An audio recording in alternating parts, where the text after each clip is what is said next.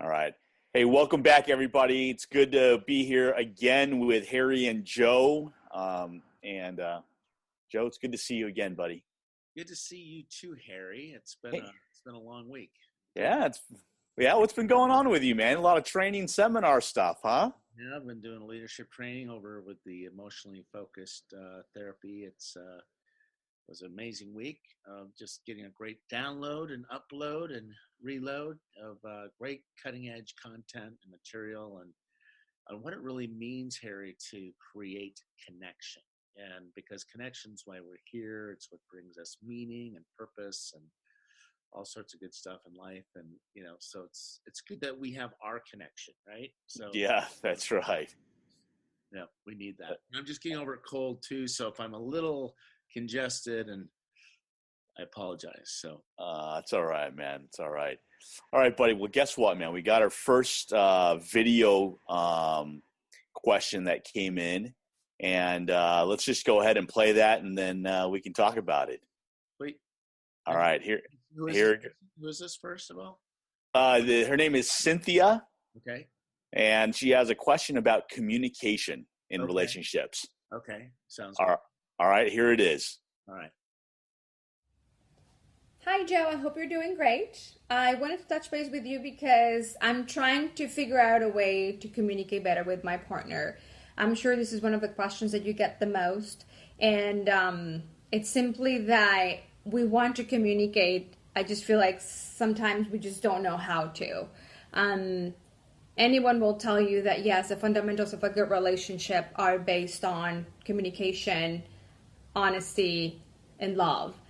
But the first one, which is communication, is pretty hard to achieve more often than not. So if you had any pinpointers and good advice about the do's and the don'ts of how to communicate, it would be amazing. Sometimes I think it's just easier to say, these are my needs, my wants, and my expectation in a way that your partner will understand. But we get wrapped into making these mistakes that make you sound like you're mad, you're upset, and then you're deviating completely from the original point. So nothing gets accomplished. So I hope you're doing great, and I look forward to hearing from you soon. Cynthia, thank you so much. I super appreciate your inquiry, your question, and that is definitely a question we get a lot in couple therapy and working through relationships, and that is one of the core challenges that we all have around communication, conflict resolution, and understanding what are the do's and what are the don'ts, and some of the micro skills that we need to really go deeper into really creating more intimate connections and relationships. So thanks for your question there. So one of the things when we're working with couples, one of the critical skills, our base core skills, is going to be around listening, and is the idea of just being able to really understand and validate. I call it love talking, where you're able to lean in, understand, and validate, really creating a safe, secure base. I think that's really a critical key component to any relationship, is that the first relationship feels safe. And we talk extensively about what that means, because when we feel safe, Harry, right, we can go out in the world, we got that secure base we can jump from, and go out in the world, fall down, and get hurt, and trust, and know that, hey, my partner has what? They got my back, right? Yeah.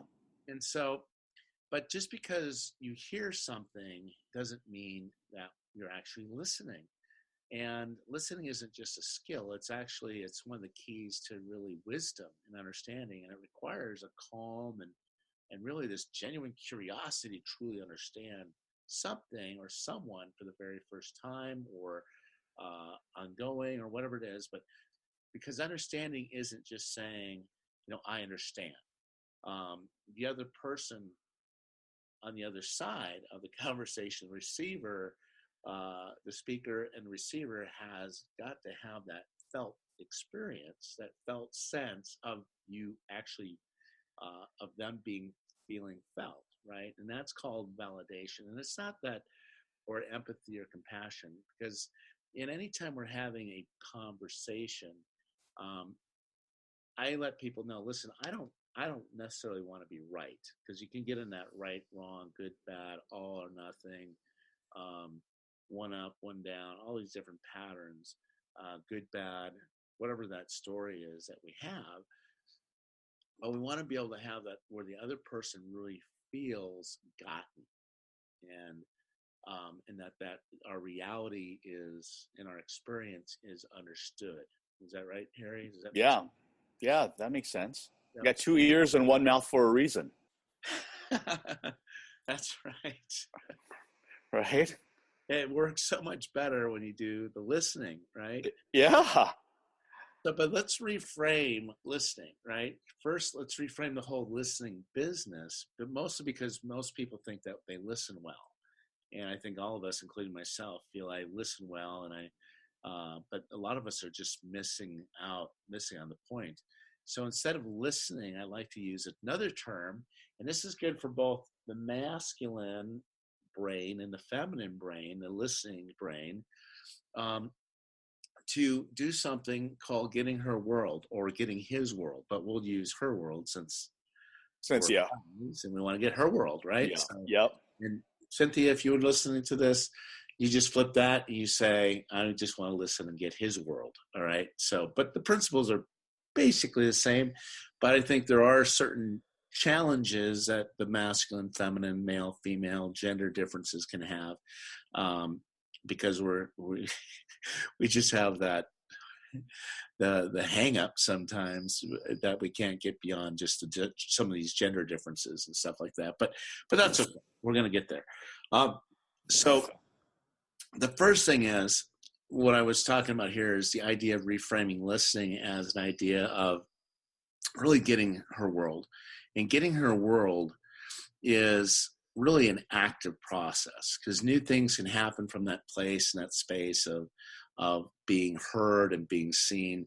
So when we learn to get our world, we discover that that's a very active process, and it's going to require some things from us, some demand, because relationship and listening has demands certain relationship skills to be able to be successful. So but before we take a deep dive into her world, Harry, the first thing that we have to do first is we got to get connected to ourselves. And I call that our self connection. And that's a big part of it because that seems to be the foundation for a lot of it. Because the more I'm connected to me, my body, my heart, what's happening inside of me, then I'm going to be more available to her and really hearing her. Because when I'm disconnected from me and I don't know what's going on in my head and my heart, my body, and my whatever's happening with me, I'm going to be disconnected from you, and less and less of me is going to be available to her, and to my kids or you, my friends, and then life tends to get drab and dull, and that goes back to just being connected to me, and then I can't get connected to her. Does that make sense, Harry? Yeah. When you say connected to yourself, are you talking about understanding your past, your traumas, your um, um, patterns? Is that what you mean?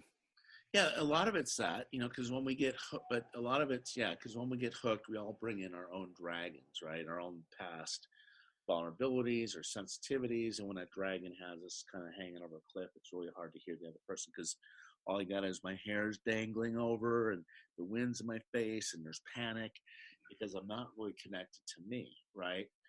And I may be scanning and looking out there somewhere for someone else out there to blame for what's happening internally with me, right? So it could be, past trauma or past, just past experiences, or maybe not even getting trained to how to communicate or share our heart. But yeah, so a lot of it is getting online with what's happening inside of my body. Got it. Because a lot of times, Harry, I'll just give you an example real quick. When we talk about having a somatic experience. A somatic experience is, let's say, a body sensation. And when you get triggered, Harry, where do you feel that first in your body when you get triggered? In your chest, your head, your shoulders, your hands? Where do you feel it? Yeah, I don't know. Maybe your chest, maybe your head. And where do you feel it? Where do I feel it? Yeah. Yeah, probably like probably right in here. Right. So for me, I when I get triggered, I'm communicating and I'm getting confronted because intimacy and love and connection and relationship is so confronting. So I tend to feel something right here in my chest, right? And it's kind of like this big ball of lava.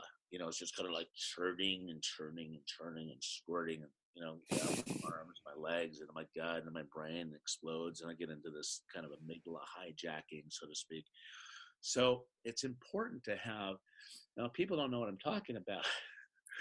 Next time you're in the car driving and somebody pulls out in front of you, think about where do you feel it in your hand? Yeah, exactly. Your back, your chest. And I feel it a lot of times in my back. And a lot of times people, and that kind of represents something in my past, right? I carry a lot of my history in my back, right? So that could be part of it. And I know a lot of people are probably listening to this going, I just want to know how to listen better and how to do conflict resolution. Well, this is all part of it, That's because right. if I'm not aware or self-aware, and we're going to talk about a lot about having conscious relationships or conscious love, there's a lot of yip yap out there about what's called a conscious relationship, conscious love, which is just being awake. It's being aware. It's being mindful. And so when we're very conscious about that, we're understanding that there's heart desire at play here. So desire is really, my genuine interest in really getting to know her. Now, when my heart is online first, then care and interest can naturally follow. And of course, just like waves on the ocean, Harry, desire can ebb and flow. It comes and goes. It kind of has those high tides that, emotion, right? Emotion has high tide and low tide and rip tide and, all these different, this movement to it, right? This Yes. motion, emotion means to move, right? And so emotion can do a lot of different things. It can move us toward one another. It can move us away from one another. It can move us against one another in anger, fight, flight, freeze. My amygdala gets hijacked. My body gets all kind of torqued out of, twisted up. My mind can get all twisted up. We can go insane, go crazy. All these things can happen when we're kind of out of touch with what's going on inside of me, right? Does that fit? Yep, that makes sense. So you got to really know yourself, and then so how does that what's the next step on that whole conflict arguing thing? Well, and again, it's moving it from just listening with the mind, as we're talking about, but also listening with our heart and cultivating other senses too. Because when I'm really deeply listening to her, or she's really deeply listening to me, and you're feeling that, but it's developing these senses that my body, my intuition, my gut, my hands, my toes, my feet, more, because more is going on, Harry, than we could ever imagine when we're communicating, we're talking. So, but when I'm really deeply involved and I can feel myself, then I can hear her and listen as well. So cultivating all those senses. Now, the other thing is we use this frame codependency a lot, right? So codependency is not, a lot of people say, well, codependency is such a bad thing. Well, codependency is not a bad thing. It's not good or bad. It's kind of a neutral thing.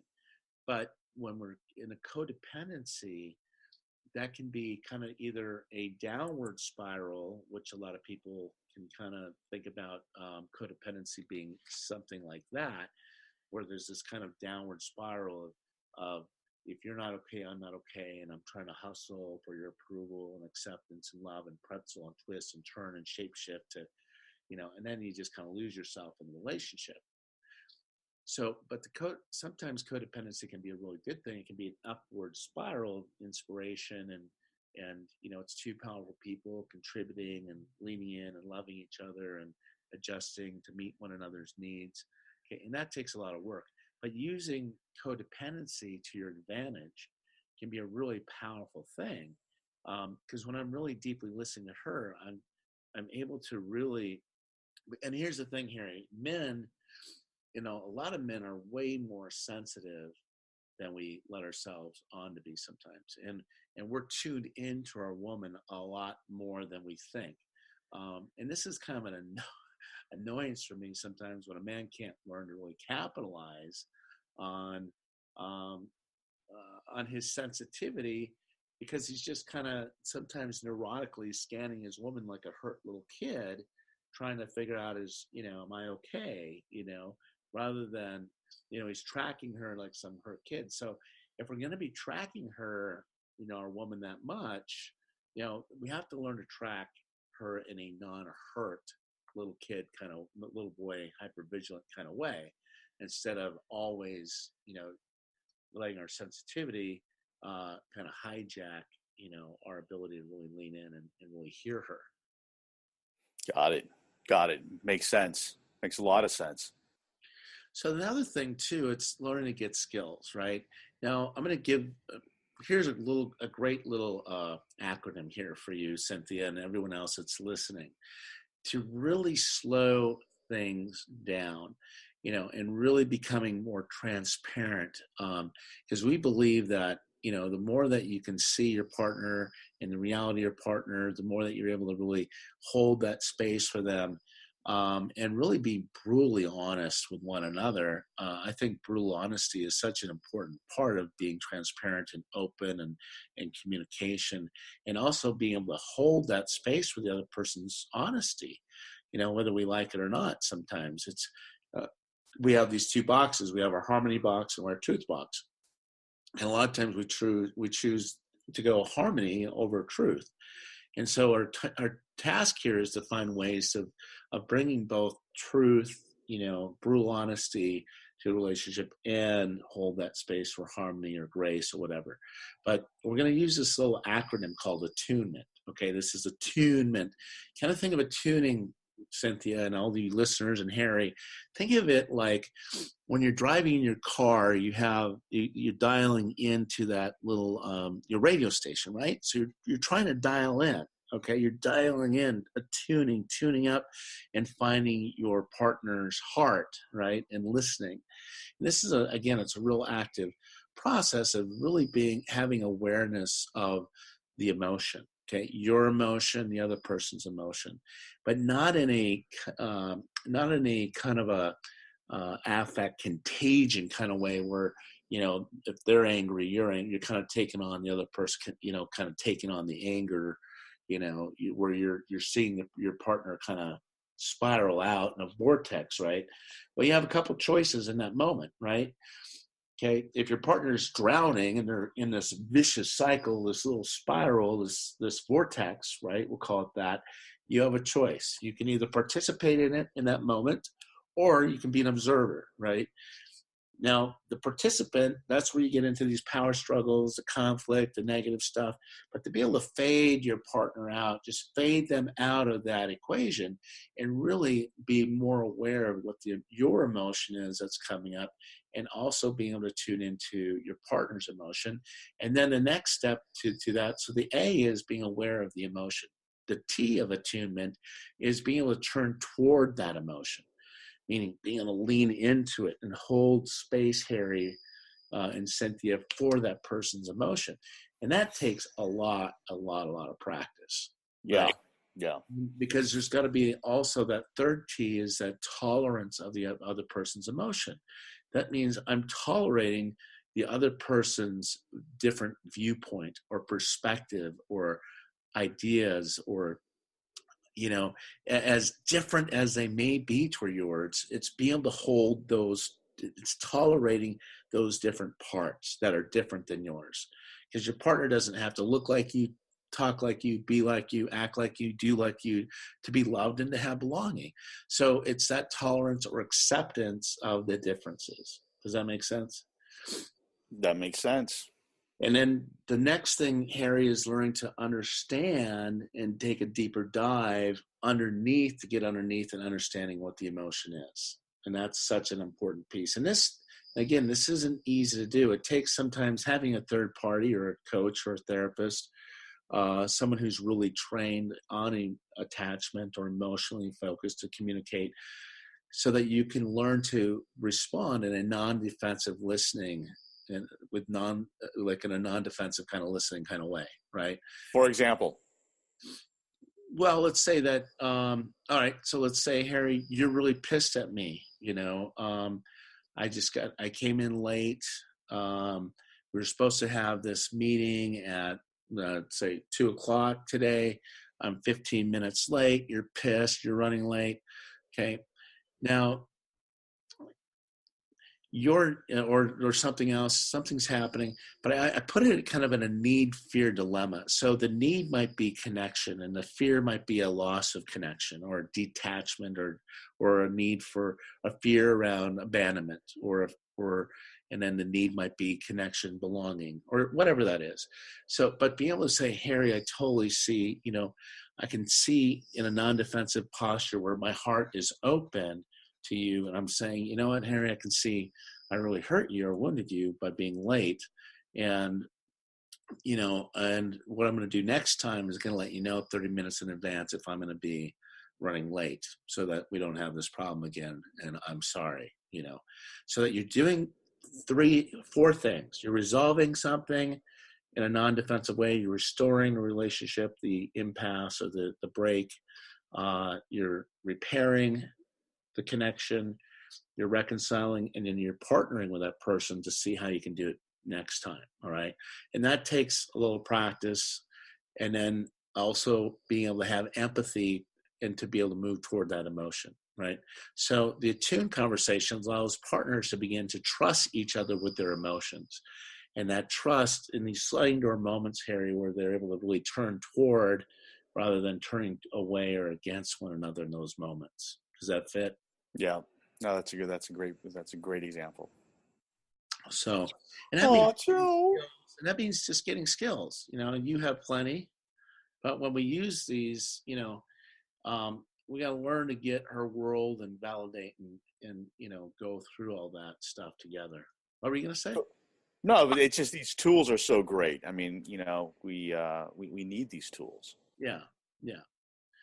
Well, the last couple thoughts here, Harry, on this is when something happens, the negative situation happens, all right? So something happens, and we have a story about whatever happened, right? We have a story. We're adding, subtracting meaning, and we're looking for, we're interpreting all that stuff. We're translating everything that we're observing and seeing, and all this. The ego gets in the way. We have the story, this ego.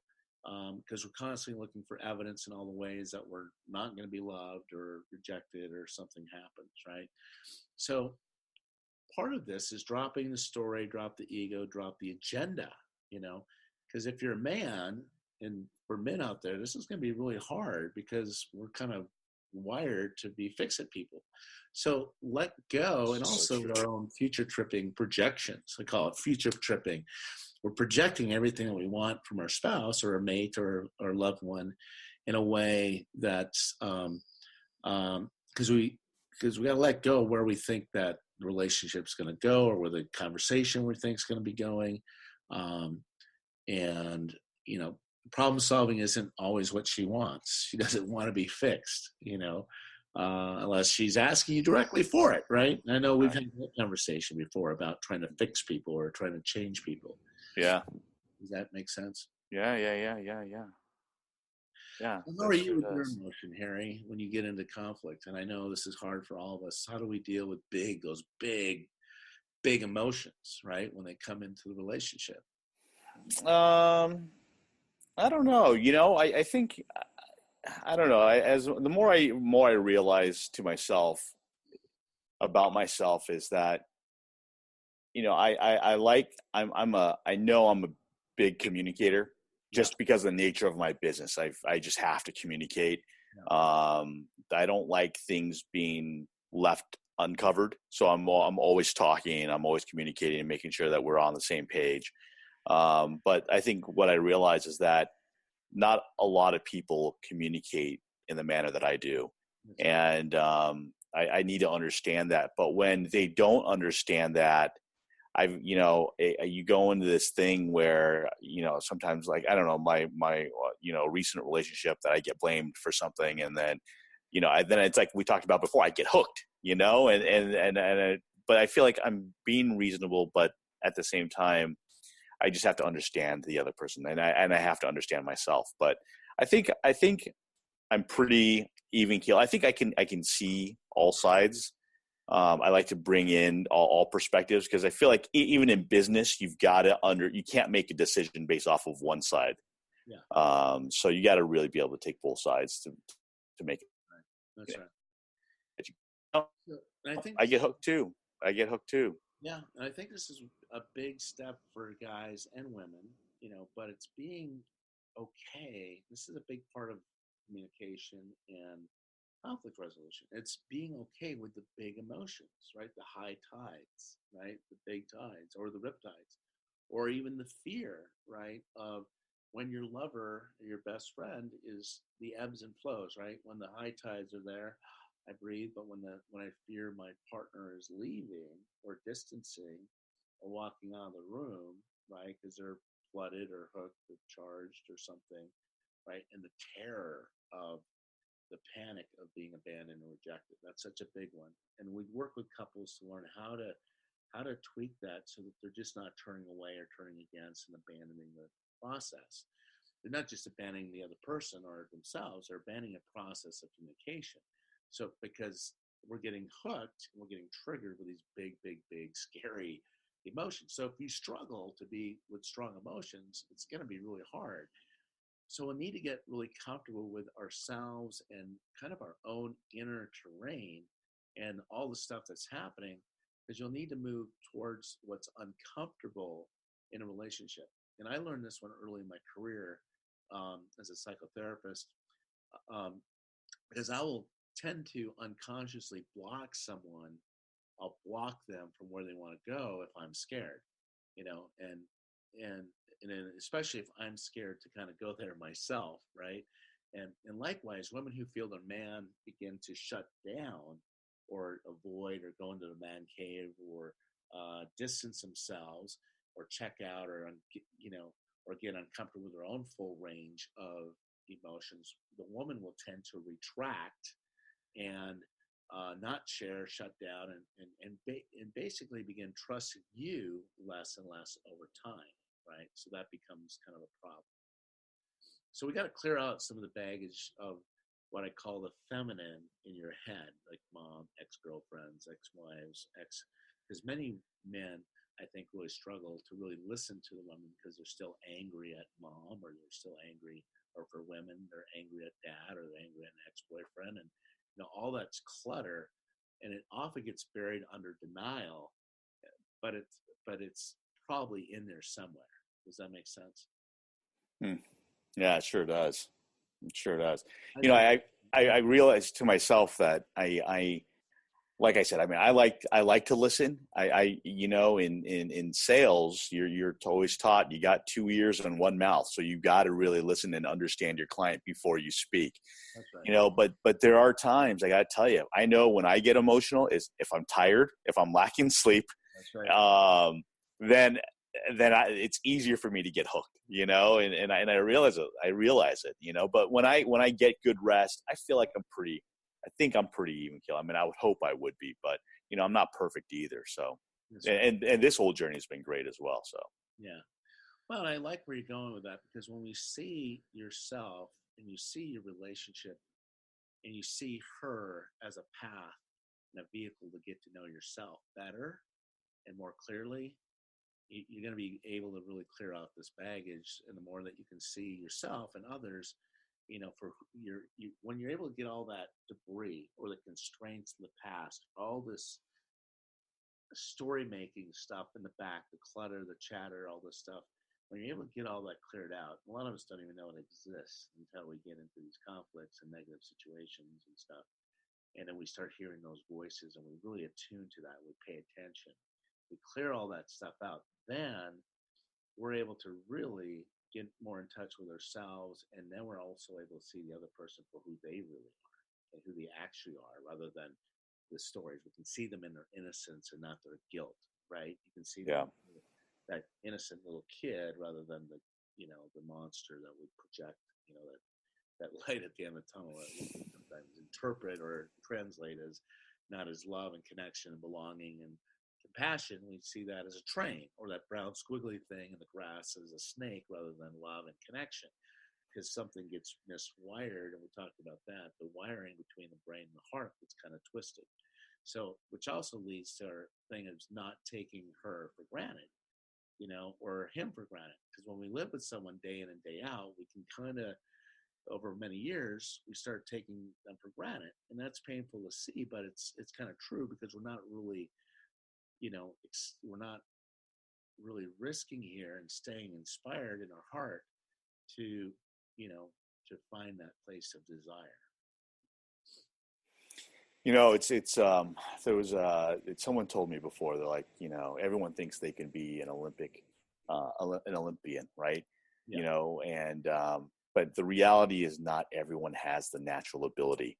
But the reality is that we've all got the natural ability to have a relationship. And all we need, like they always said for the Olympians, is that if you've got the natural ability, then all you need are the tools. And those tools then make you perfect, right? And so the great thing here is that we've all got the natural ability to have a relationship, and what you're providing are the tools. Right. And so to communicate better, to go through all this stuff like Cynthia was asking, it's actually encouraging to hear Cynthia ask that question, because I'm like, that's exactly what I felt like. You feel like you're going through this circle, and you're not hearing, no one's hearing anybody. No, that's right. So, yeah, and then you just keep looping around in this trauma loop, or this looping. That never gets. It's like it never gets closed, right? It just kind of dangles down here, never really. Because when you're in a relationship, it's kind of like a negative feedback loop, or a feedback loop, right? So that communication they got to close that loop for a person to feel heard or understand or gotten. Otherwise, it just stays open-ended, and it creates all sorts of negative stuff. So checking in and getting feedback, and asking when you're in that moment, does she feel heard? Are you feeling heard? Do you feel felt? Am I getting you? Am I understanding you? Because I want you to be known by me, and if I'm not getting her, no matter how hard I try, just keep asking, trust her, and go back and try it again and again and again. It may take 5 or 6, 7 times, because like what you said, Harry, it's so critical, because you've heard me say this, that my bias is that we have to have a set of shared context, a narrative, right? A shared context about how to work through communication, conflict resolution, where there's two people committing to that same thing, but also having a set of shared tools and language and ways to work through this stuff for a relationship to really thrive over time. Does that make sense? So, because lastly, Harry, you got to remember, right? We have to really remember that she is an ocean, a deep, beautiful, captivating, lovely, gorgeous ocean. Yep, that's right. They sure are. Depths, right? Because her depths will never truly be explored in this lifetime, ever. So guess what, Harry? We as men, we can just kind of relax and let go of our agenda, knowing that she's truly a mystery, and appreciate, and settle in and plan on never fully getting to know her, but that's our task, be an explorer of this never ending universe, and how exciting can that be when we take that lens of communication, conflict resolution to heart? Is when we humans feel heard, guess what? We soften, we relax, we come out of that fight, and freeze, and that whole amygdala hijacking and the hooking, because we feel safe.